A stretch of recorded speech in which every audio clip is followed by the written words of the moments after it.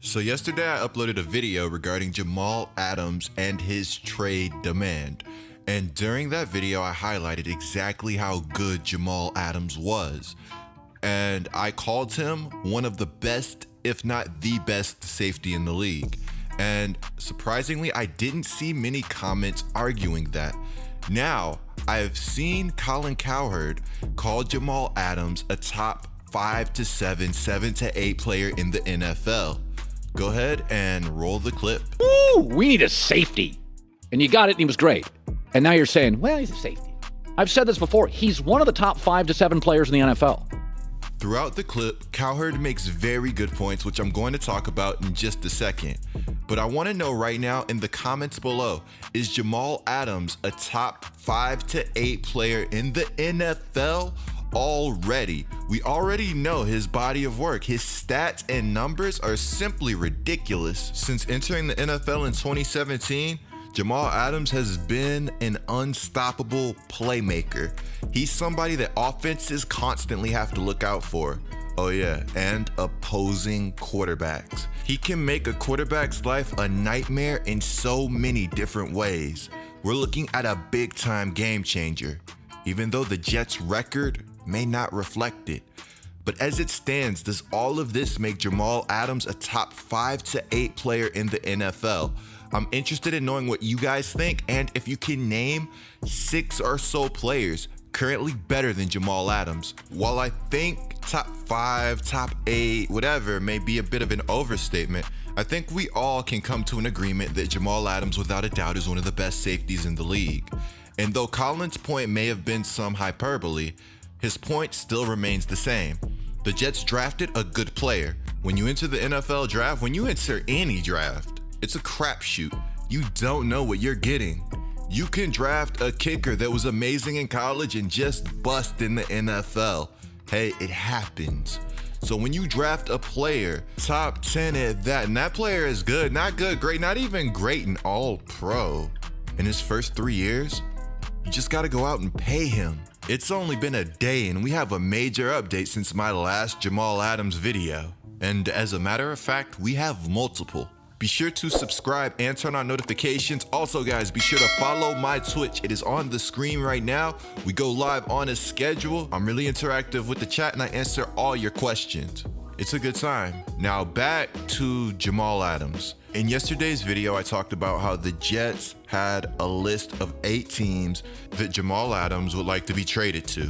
And he would take a trade to those teams without a new deal. Now, him being able to take this trade to one of these teams is kind of a giant slap in the face for the Jets organization, because the main thing with the Jets right now is that Adams is saying that he wants more money and he wants it now. The Jets have made it clear, maybe not clear, the Jets seemingly want to keep Adams and they want to extend him. They want to pay him even though it's not this very moment. I've seen a lot of excuses for the Jets not wanting to pay Adams. Some of those excuses being that the timing is off. He still has years left on his contract. And also I have seen the excuse about the virus. The virus is an interesting excuse, but hey, it didn't stop the Panthers from going out and paying Christian McCaffrey exactly what CMC felt that he was worth. Perhaps the worries about the cap are legit. Let me know down in the comments below if you feel like they are. When I named the teams in yesterday's video that Adams would welcome a trade to, I left a team off the list. I think it was a late addition, or perhaps I just missed that team. The teams that I named in yesterday's video were the Chiefs, the Eagles, the Cowboys, the 49ers, the Ravens, the Texans, and the Seahawks. Now, what I am also seeing is that Jamal Adams would also be open to a trade to the Bucks. Now, I have to assume that a trade to one of these teams is still on the table, but the way everything is moving, it seems that Adams preferably wants a trade to the Cowboys. Perhaps you guys have already seen this clip on the screen that I'm about to show you, but this is telling if nothing else. The person who recorded this video, their Twitter will be in the description below. What's up, bro? Hey, what's up, bro? Hey, you coming to Dallas? All right. Oh yeah, And then Jamal Adams liked this picture on IG of him in a Cowboys uniform.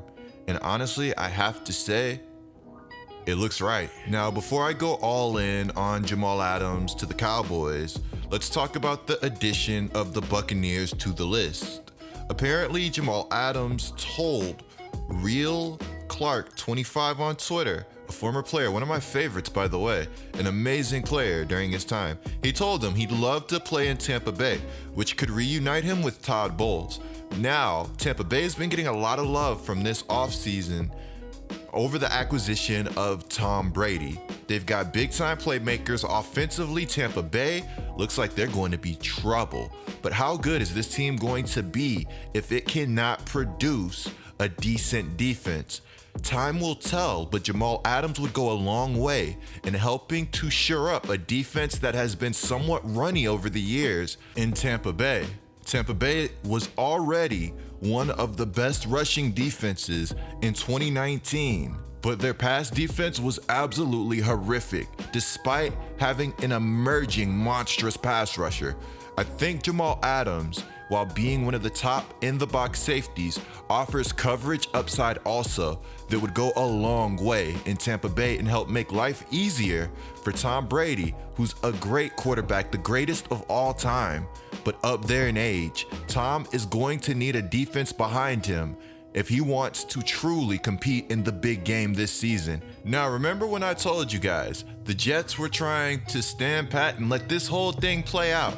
Because ultimately Jamal Adams is under contract and the Jets have every reason to want to negotiate with Jamal Adams going forward. Check this out. Marcus May tweets, "I've been getting all this fake love now, SMH." Jamal Adams tweets this, "Brother, just keep doing you. Show the world why you're the best free safety in the game. You deserve everything coming your way. I'ma miss balling with you the most. Believe that.